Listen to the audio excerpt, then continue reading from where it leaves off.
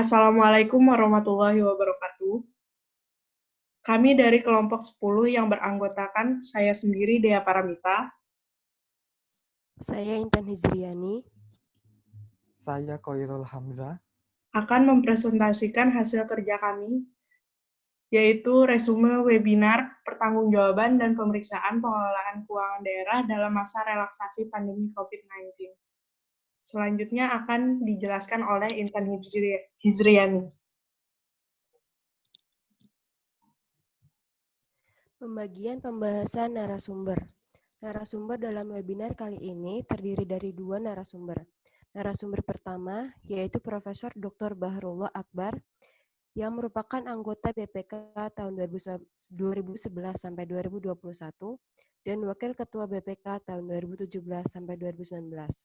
Narasumber kedua yaitu Profesor Dr. Haryono Umar yang merupakan alumni STAN dan juga Wakil Ketua KPK tahun 2007 sampai 2011. Dalam webinar kali ini, narasumber 1 akan membahas dari perspektif strategi pemeriksaan BPK terhadap pertanggungjawaban keuangan di masa pandemi. Dan narasumber kedua akan membahas dari perspektif akademisi tindakan hukum. Untuk narasumber pertama, pembahasan yang pertama yaitu upaya penanganan dampak COVID-19. Upaya penanganan dampak COVID-19 secara extraordinary diantaranya adalah relaksasi kebijakan di bidang fiskal, refocusing dan relaksasi anggaran untuk alokasi anggaran yang memadai untuk percepatan penanganan dampak. Pemerintah dalam hal ini telah melakukan revisi anggaran untuk tahun anggaran 2020. Namun, terdapat kendala untuk pelaksanaan anggaran pada semester pertama, yaitu pengelolaan keuangan terlalu hati-hati karena takut salah langkah atau takut adanya potensi korupsi. Yang kedua yaitu adanya penerapan aturan yang baru yang masih belum familiar. Yang ketiga, prosedur teknis pencairan anggaran dan pertanggungjawaban yang masih dianggap birokratis. Isu-isu ini akan menimbulkan tema dalam pembahasan webinar kali ini, yaitu apabila dilakukan relaksasi peraturan apakah tidak mengganggu akuntabilitas? Lalu yang kedua ada bagaimana menyeimbangkan relaksasi kebijakan dengan aspek akuntabilitas. Untuk narasumber pertama, agendanya itu yang pertama ada mandat dan tugas BPK, lalu peta dan sebaran COVID-19, yang ketiga ada pemeriksaan laporan keuangan dan optimalisasi pemanfaatan teknologi informasi. Yang terakhir, ada strategi pemeriksaan BPK atas anggaran penanganan COVID-19 yang merupakan implementasi dari Undang-Undang Nomor 2 Tahun 2020. Untuk agenda yang pertama, yaitu mandat dan tugas BPK. Ini sesuai dengan Peraturan Undang-Undang Nomor 17 Tahun 2003 merupakan Undang-Undang tentang Keuangan Negara. Lalu Undang-Undang Nomor 1 Tahun 2004 yang merupakan Undang-Undang Perbendaharaan Negara.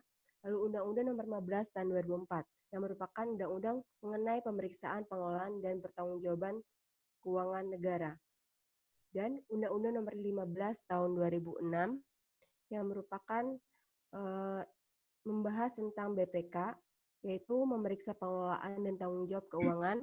Dan kedua, sebagai pos audit pada pemerintah pusat, pemerintah daerah, lembaga, Bank Indonesia, Bank BUMN, BUMD, serta badan lainnya mengelola keuangan negara. 3 hal penting dalam pemeriksaan oleh BPK yaitu yang pertama ada pemeriksaan laporan keuangan entitas, yang kedua pemeriksaan kinerja, dan yang ketiga ada pemeriksaan dengan tujuan tertentu. Contohnya, adanya gap antara fakta yang terjadi dengan kriteria atau kondisi yang seharusnya terjadi. Gap ini berupa temuan-temuan BPK. Temuan-temuan ini berupa kondisi, kriteria, akibat, sebab, komentar terperiksa, rekomendasi temuan dalam rangka perbaikan. Lalu gap-gap ini dilakukan ada 3 hal pemeriksaan yang telah disebutkan tadi. Pada pasal 1 angka 1 Undang-Undang Nomor 15 Tahun 2004 mengenai pemeriksaan pengelolaan dan tanggung jawab keuangan negara, yaitu pemeriksaan adalah proses identifikasi masalah Analisis dan evaluasi yang dilakukan secara independen, objektif, dan profesional berdasarkan standar pemeriksaan untuk menilai kebenaran, kecermatan, kredibilitas, dan keandalan informasi mengenai pengelolaan dan tanggung jawab keuangan negara. Berdasarkan contoh yang tadi, pemeriksaan laporan keuangan ini akan menghasilkan opini BPK. Lalu dilakukan BPK sebagai mandatory setiap semester pertama, Lalu selanjutnya opini sesuai standar akuntansi pemerintah dan keuangan negara. Pada pemeriksaan yang kedua, yaitu pemeriksaan kinerja, itu dilakukan setiap semester pertama dan menghasilkan simpulan dan rekomendasi BPK. Selanjutnya dilakukan pemeriksaan laporan keuangan yang seperti pemeriksaan kinerja dilakukan pada setiap semester pertama dan menghasilkan simpulan yang apabila ada indikasi masalah keuangan negara, maka akan dilanjutkan ke aparat penegak hukum, lalu dijadikan sebagai penyidikan atau penyelidikan untuk selanjutnya. Lalu ada tujuan BPK itu adalah pendewasaan BPK yang mendorong peningkatan inside dan outside dengan prinsip atau nilai dasar BPK, yaitu independensi, integritas, dan profesionalisme. Prinsip-prinsip ini ditambah dengan kepercayaan publik akan menghasilkan foresight, insight, dan juga oversight. Nah, lalu kematangan di internasional BPK yaitu dibuktikan dengan sebagai ketua auditor IACA atau International Anti-Corruption Academy pada tahun 2015, anggota panel auditor eksternal pada tahun 2016, auditor IAEA atau International Atomic Energy Agency tahun 2017, external auditor IMD atau International Maritime Organization tahun 2020 sampai 2023. Anggota IAAC, Independence Audit Advisory Committee PBB tahun 2020 sampai 2022. Pengawasan eksternal. Pengawasan eksternal ini berupa oversight, insight, dan foresight seperti yang dijelaskan sebelumnya. Oversight itu berdasarkan Undang-Undang Nomor 15 Tahun 2004, Undang-Undang Nomor 15 Tahun 2006 pemeriksaan kinerja dan pemeriksaan dengan tujuan tertentu. Pada saat pandemi ini, oversight dilakukan dengan melakukan pemeriksaan yang memberi nilai tambah saat atau pasca pandemi. Pada pengawasan internal berupa insight, itu berdasarkan Undang-Undang Nomor 15 Tahun 2006, Pasal 11, BPK dapat memberi pendapat ke lembaga perwakilan dan eksekutif. Pada masa pandemi ini, memberikan pendapat kepada pemerintah mengenai mitigasi risiko pengelolaan keuangan negara dalam penanganan COVID-19. Pengawasan eksternal berupa foresight, yaitu pada masa pandemi ini adalah mengingatkan pemerintah mengenai prinsip dan aturan dasar yang harus dipatuhi melalui pemberian pendapat. Lalu apa saja prinsip yang harus diperhatikan dan apakah kebijakan sudah memperhatikan prinsip? Prinsip-prinsip yang perlu diperhatikan adalah prinsip kredibilitas, yaitu menekankan pendapatan anggaran sudah mendapat persetujuan, tentunya persetujuan dari DPR dan pihak-pihak yang terkait. Lalu anuitas menjadi prinsip siklus pertanggungjawaban. Lalu prinsip spesialitas, universalitas, dan unitas. Pengawasan internal. Pengawasan internal ini berupa adanya SKB Mendagri nomor 19 dan Menkyu 117 tahun 2020. Dilakukan dengan peran bersama yaitu DPRD atau APIP, lalu kebijakan di Direktorat Jenderal Bina Keuangan serta kebijakan Direktorat Jenderal Perimbangan Keuangan Kemenkyu. Lalu ada Instruksi Presiden nomor 54 tahun 2020 mengenai BPKP. Dengan posisi monitoring dan evaluasi yang berkolaborasi dengan BPK, yaitu berupa pengawasan DPR. DPR juga membentuk tim pengawas bencana DPR RI. Lalu ada pasal 74 Undang-Undang Nomor 17 Tahun 2014, yaitu tentang MPR, DPR, DPRD, dan DPD. Pasal 101 dan 102 Peraturan Tata Tertib DPR RI Nomor 1 Tahun 2014. Sebaran COVID-19 hingga saat ini berdasarkan dari data webinar yang saya ambil, yaitu untuk daerah beresiko tinggi sekitar 10,7%, beresiko sedang 35%, beresiko rendah 34%, daerah dengan tidak ada kasus sebesar 83,7%, serta daerah tidak terdampak 11,87%. Sebaran COVID ini juga mengenai uang yang masuk melalui sektor masyarakat dan sektor lainnya untuk penanganan COVID-19 saat ini.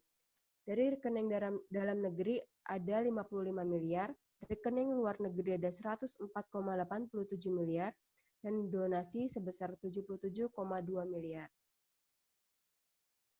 Pemeriksaan laporan keuangan dan optimalisasi pemanfaatan teknologi informasi, yaitu melakukan audit universal atas refocusing dan realokasi, yaitu berupa refocusing dan realokasi kesehatan, JPS, jaring pengaman sosial, lalu ada ekonomi dan keuangan, serta penanganan bencana.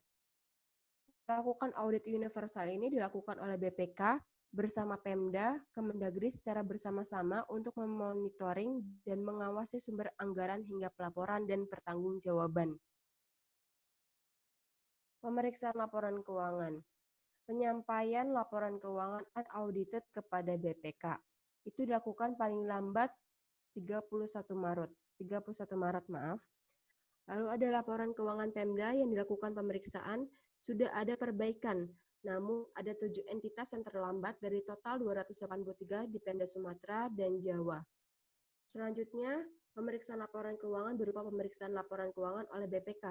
Pemeriksaan secara mandatori oleh BPK ini paling lambat 2 bulan hingga 31 Mei sudah diserahkan ke lembaga perwakilan. Langkah selanjutnya ada penyampaian LHP ke lembaga perwakilan. Tapi pada penyampaian LHP ini pada nyatanya terlambat 1 bulan dikarenakan banyak perubahan mindset auditor membawa persoalan perkembangan. Dan langkah yang terakhir adalah memastikan independensi, integritas, dan profesionalitas dalam perencanaan, pelaksanaan, pelaporan, dan pemantauan. Pemeriksaan dalam kondisi pandemi ini dilakukan dengan optimalisasi pemanfaatan IT dalam pemeriksaan dan melakukan komunikasi dengan stakeholder dengan menerapkan prosedur alternatif serta pemeriksaan itu dilakukan dengan pola work from home atau WFH. Analisis pemeriksaan laporan keuangan di tengah pandemi ini dilakukan melalui SWOT. Yang pertama, strength. Kekuatannya itu pertama pemeriksaan pendahuluan telah selesai dilaksanakan. Yang kedua, memanfaatkan hasil pemeriksaan PDTT tahun anggaran 2019 dan hasil pemeriksaan laporan keuangan tahun sebelumnya atau temuan berulang. Yang ketiga, menggunakan tim audit yang sama dengan tahun sebelumnya. Yang keempat, dukungan IT di BPK. Kelemahan pemeriksaan laporan keuangan di tengah pandemi, yang pertama itu pemeriksaan dengan sistem work from home. Yang kedua, tidak dapat melaksanakan beberapa prosedur pemeriksaan, seperti pemeriksaan fisik, wawancara langsung, dan uji fisik dokumen. Opportunities dari pemeriksaan laporan keuangan di tengah pandemi, yang pertama, pemeriksaan dapat memanfaatkan media daring. Yang kedua, permintaan dan pengiriman dokumen hard copy dengan mempertimbangkan protokol kesehatan. Yang terakhir, pengelolaan keuangan pemerintah berbasis sistem informasi. Threat atau tantangan pemeriksaan laporan keuangan di tengah pandemi. Yang pertama, ada keterbatasan komunikasi atau permintaan dokumen atau informasi dari pemerintah daerah karena work from home pemerintah daerah. Yang kedua, waktu yang dibutuhkan untuk pemeriksaan laporan keuangan terhitung lebih lama. Yang ketiga, adanya dukungan jaringan internet Pemda yang tidak memadai yang menjadi kendala dalam pemeriksaan laporan keuangan. Yang keempat, tidak semua dokumen yang dibutuhkan dalam bentuk soft copy. Yang terakhir, validitas, legalitas, dan keamanan data atau informasi dengan menggunakan daring kurang terjamin. Standar pemeriksaan pada masa darurat pandemi COVID-19, yang pertama menggunakan prinsip skeptisisme profesional, pemerolehan bukti yang cukup dan tepat, pengidentifikasian dan penilaian resiko salah saji material, komunikasi dengan manajemen entitas dan pihak yang terkait, dokumentasi pemeriksaan, dan terakhir pengendalian mutu pemeriksaan. Lalu ada pengujian secara substantif atau pengujian prosedur alternatifnya, yaitu yang pertama entry dan exit meeting menggunakan video conference. Yang kedua, pengujian fisik menggunakan Google Map Live atau video conference. Yang ketiga, wawancara dan konfirmasi menggunakan video conference atau surat elektronik. Yang keempat, stok of nama persediaan menggunakan video conference. Yang kelima, pengujian realisasi belanja perjalanan dinas, pendapatan pajak penerangan jalan umum, bantuan di bidang pendidikan, dan setoran ke kas negara melalui portal e-audit. Yang terakhir, yaitu pengujian akurasi angka dalam laporan keuangan dengan detail rincian dalam database menggunakan audit tools pengolahan database. Lalu prosedur pemeriksaan pada masa pandemi COVID-19 ini, yang pertama, pemeriksaan mematuhi standar yang dipersyaratkan seperti SPKN, standar audit, atau standar profesional akuntan publik dan SAP.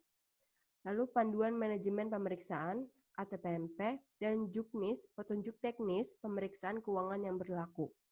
Yang kedua, para pemeriksa mempertimbangkan untuk mengembangkan prosedur alternatif untuk mengumpulkan bukti pemeriksaan yang cukup dan tepat dalam mendukung kesimpulan pemeriksaan. Yang ketiga, penerapan prosedur alternatif mengoptimalkan penggunaan teknologi informasi dan komunikasi untuk menghindari terjadinya kontak fisik. Pemanfaatan teknologi informasi dalam pemeriksaan laporan keuangan pada masa pandemi ini seperti penerapan teknik audit berbantuan komputer atau TABK, lalu ada pendokumentasian kertas kerja, pemeriksaan secara elektronik, pemanfaatan aplikasi untuk pengendalian mutu audit atas laporan keuangan, dan yang terakhir itu ada optimalisasi pemanfaatan online platform. Lalu ini ada LHP LKPD tahun 2019, alurnya selesai 100% pada akhir Juni 2020 untuk wilayah Sumatera dan Jawa. Selanjutnya ada LHP LKKL tahun 2019 selesai 100%, lalu target pemeriksaan semester 1 tahun 2020 tercapai. Pemeriksaan kinerja dalam rangka pemeriksaan LKPD dengan penekanan pada aspek kinerja tertentu atau LFAR pada 5 perwakilan selesai. Setelah langkah ini selesai, maka 100% pemeriksaan telah selesai. Selanjutnya akan dilanjutkan oleh Khairul Hamzah. Baik, yang selanjutnya, pemeriksaan laporan keuangan di masa pandemi COVID-19.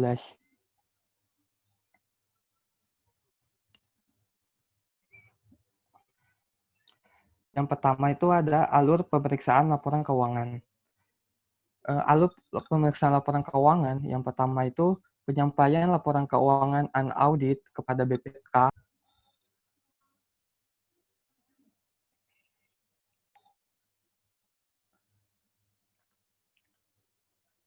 Oke, yang selanjutnya, selama semester 1 2020, BPK telah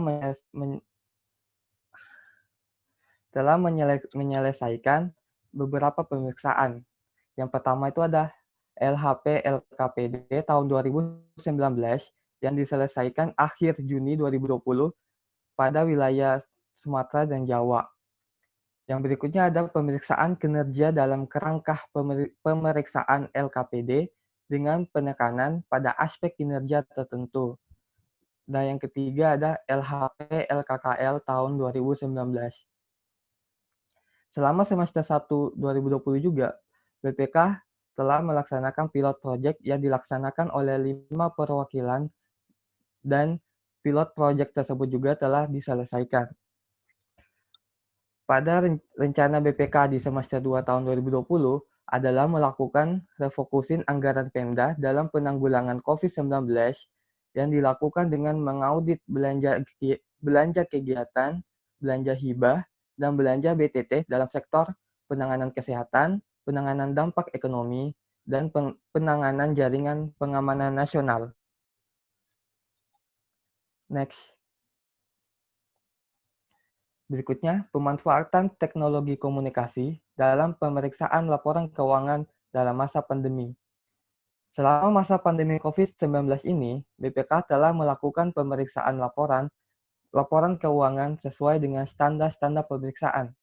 Standar-standar pemeriksaan tersebut antara lain yaitu penerapan teknik audit berbantuan komputer atau TABK yang diatur dalam standar audit 315 paragraf A83 dan standar audit 330 paragraf A16.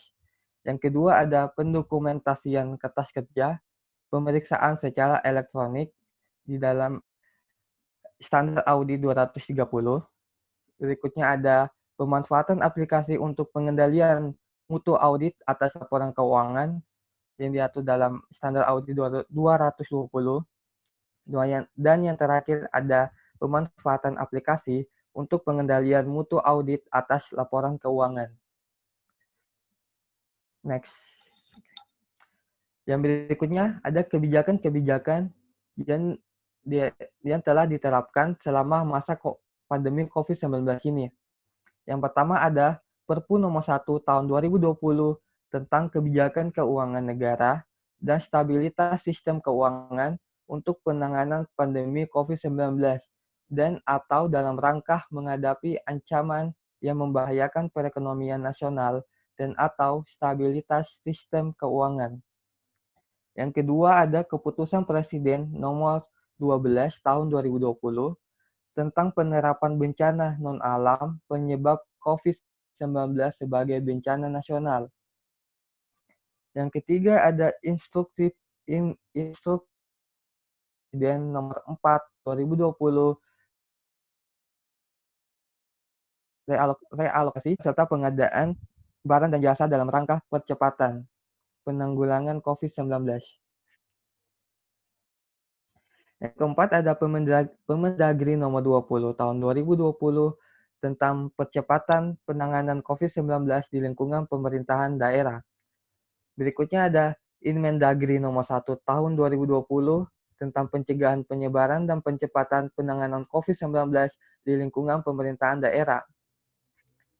Berikutnya ada Surat Keputusan Bersama Menteri Keuangan dan Mendagri Nomor 119/2018-SJ dan Nomor 117/KMK 07 Tahun 2020 tentang percepatan penyesuaian APBD tahun anggaran 2020 dalam rangka penanganan COVID-19 serta pengamanan daya beli masyarakat dan perekonomian nasional.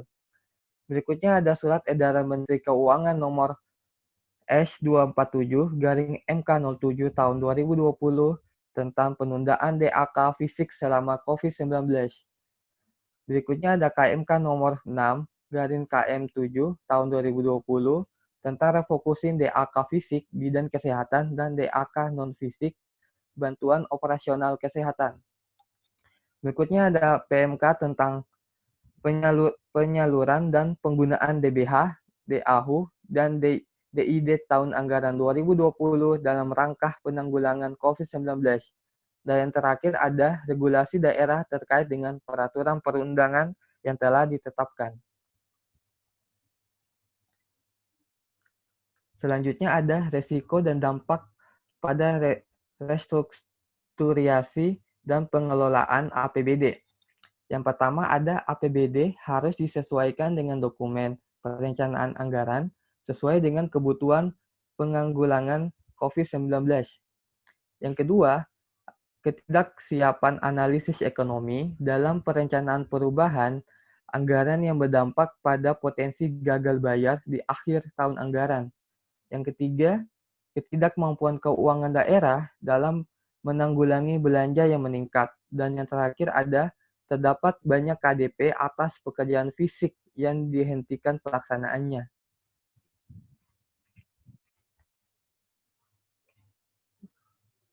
Berikutnya strategi pemeriksaan.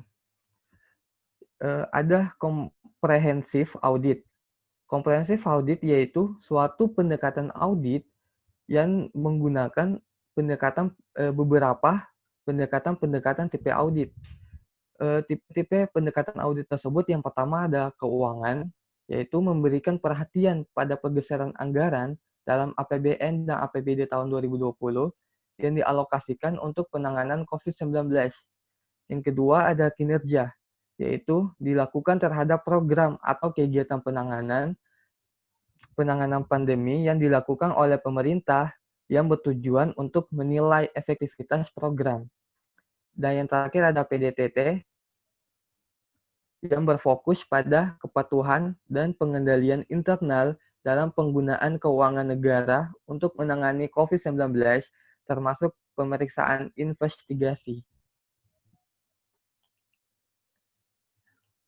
Nah, yang berikutnya ini ada persoalan dalam pemeriksaan laporan keuangan selama pandemi COVID-19. Yang pertama ada persoalan internalitas dalam pemeriksaan BPK. Yang pertama, komitmen dan kerjasama antara DPRD dan kepala daerah dengan memiliki persepsi yang harus sama.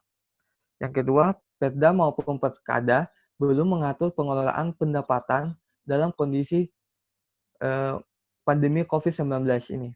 Yang ketiga, ada komunikasi dan koordinasi antar SKPD. Yang berikutnya ada ketersediaan sumber daya alam. Berikutnya, tidak mengurangi kualitas pelayanan publik. Dan yang terakhir itu komitmen pihak ketiga. Nah, di sini tuh diperlukan dukungan ketersediaan jaringan dan sistem informasi yang memadai agar pemeriksaan dari BPK itu menjadi semakin baik. Berikutnya itu persoalan eksternalitas. Yang pertama ada perubahan peraturan pengelolaan penerimaan dan pemerintahan pusat. Kedua, koordinasi dengan dan atau antar kementerian teknis. Ketiga, mengoptimalkan pendapatan versus pelayanan kepada wajib pajak atau retribusi. Yang keempat, ada batas waktu pengajuan dan pencairan dana transfer dan dana desa. Yang kelima, pengelolaan PAD yang belum diatur oleh Pemda dan Perkada di masa pandemi COVID-19 ini. Berikutnya, ada koordinasi antar instansi dalam pengawasan pengelolaan penerimaan. Yang berikutnya adanya persyaratan pengajuan pencairan dana bagi hasil. Dan yang terakhir, proses pengajuan penerimaan klaim BPJS. Yang berikutnya kita akan membahas untuk pembahasan dari narasumber kedua, yaitu balik dulu.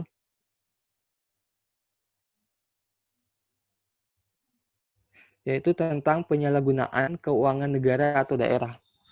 Okay, next. Nah, selama masa pandemi ini ada beberapa kondisi yang dialami di Indonesia ini.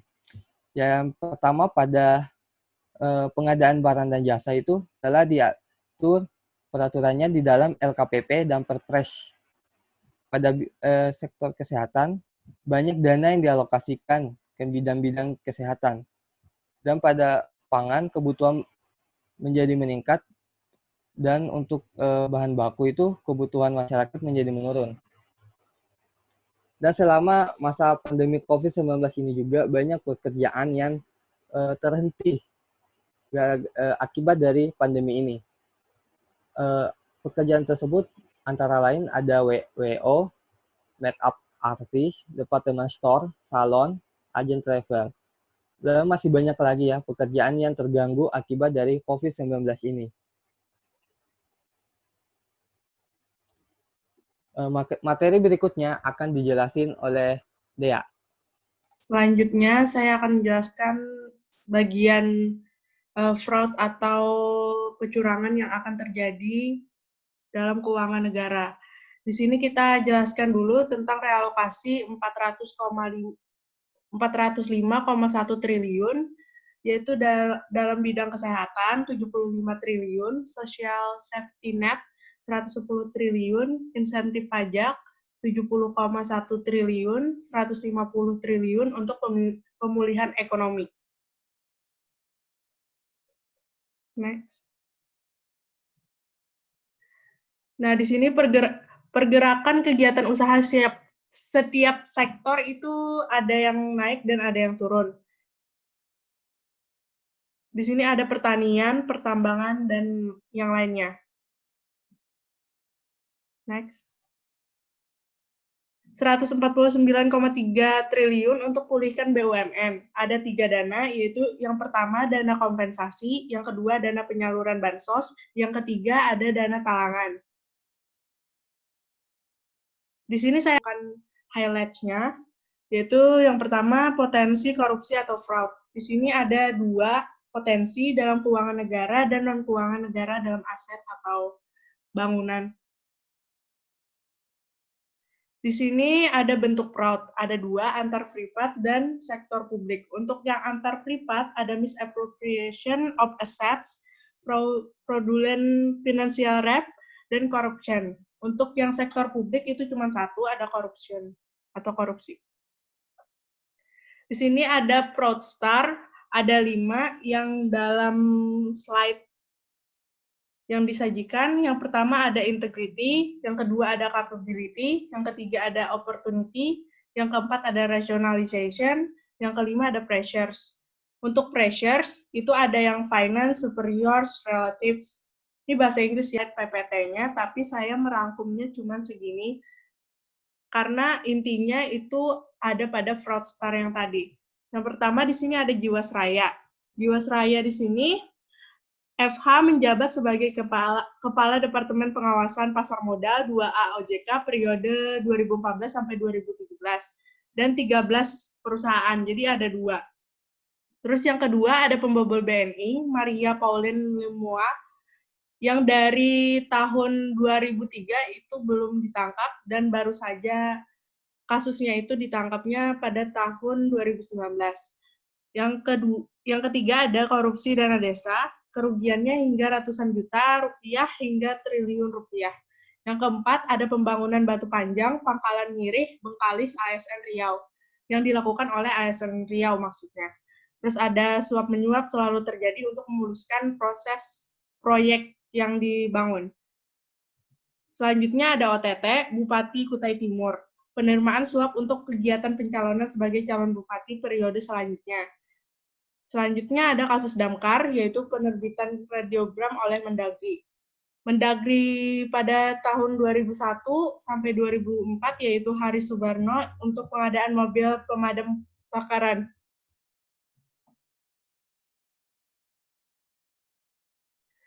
Sepuluh sektor korupsi yang tertinggi 2018 itu ada, di sini saya rangkum ada 4. Yang pertama paling tinggi adalah anggaran desa, yaitu 80%, terus ada 60% yang dari 40% ke 60% ada pemerintahan, pendidikan, yang dari 30 sampai 40% ada transportasi kesehatan, pengairan, dan pertanahan. Di bawah 30% ada sosial kemasyarakatan, perbankan, dan perizinan. Kasus selanjutnya ini ada Bupati Sumatera Utara. Di tengah pandemi virus corona baru atau COVID-19, KPK dikabarkan menetapkan seorang kepala daerah sebagai tersangka. Adapun kepala daerah tersebut yakni KSS, yaitu Bupati Sumatera Utara di wilayah Provinsi Sumatera Utara.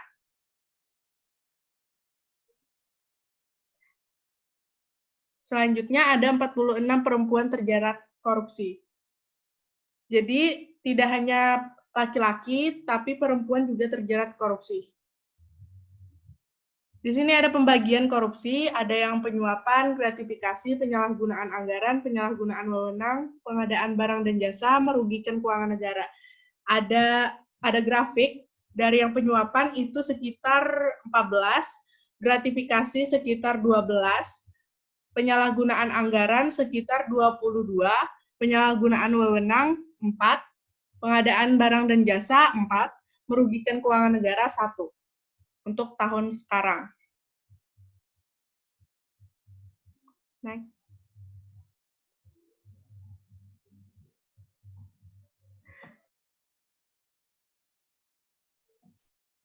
Realokasi 75 triliun, ada belanja kesehatan, insentif tenaga kerja kesehatan, APD 132 rumah sakit rujukan. Untuk realokasi 110 triliun, ada PKH, kartu sembako, prakerja, sembako untuk PSBB, tagihan listrik. Realokasi untuk 70,1 triliun ada pada dunia usaha paling besar, penundaan bayar cicilan KUR dan Mikro, penundaan bayar kredit UKM, tarif pajak 22% ke 25%. Maaf. Tindak pidana korupsi itu ada 32 jenis korupsi. Nah, di situ dirangkum dalam 7 perbuatan, yaitu yang pertama kerugian keuangan negara, yang kedua suap menyuap, yang ketiga penggelapan dalam jabatan, yang keempat pemerasan, yang kelima perbuatan curang, yang keenam benturan dalam pengadaan, yang ketujuh gratifikasi, dan semuanya itu merugikan keuangan negara. Di sini ada HU model, yaitu Y sama dengan deteksi korupsi atau corruption detection sama dengan min 2,106 tambah 0,177 X.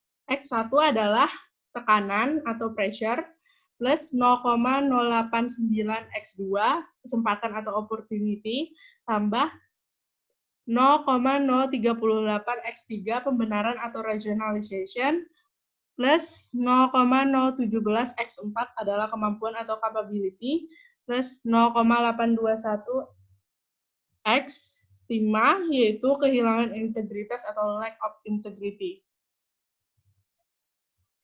Peran kita dalam pencegahan dan pendeteksian TPK atau tindak pidana korupsi penanganan COVID-19, yaitu yang pertama, yang pastinya adalah kita memperdalam ilmu atau perdalam knowledge mengenai korupsi, apa yang mengakibatkan korupsi, perbuatan apa yang harus kita lakukan untuk mencegah korupsi. Yang kedua adalah meningkatkan keterampilan untuk mengaudit. Yang ketiga adalah berkontribusi untuk mencegah melalui kemampuan deteksi korupsi untuk negara.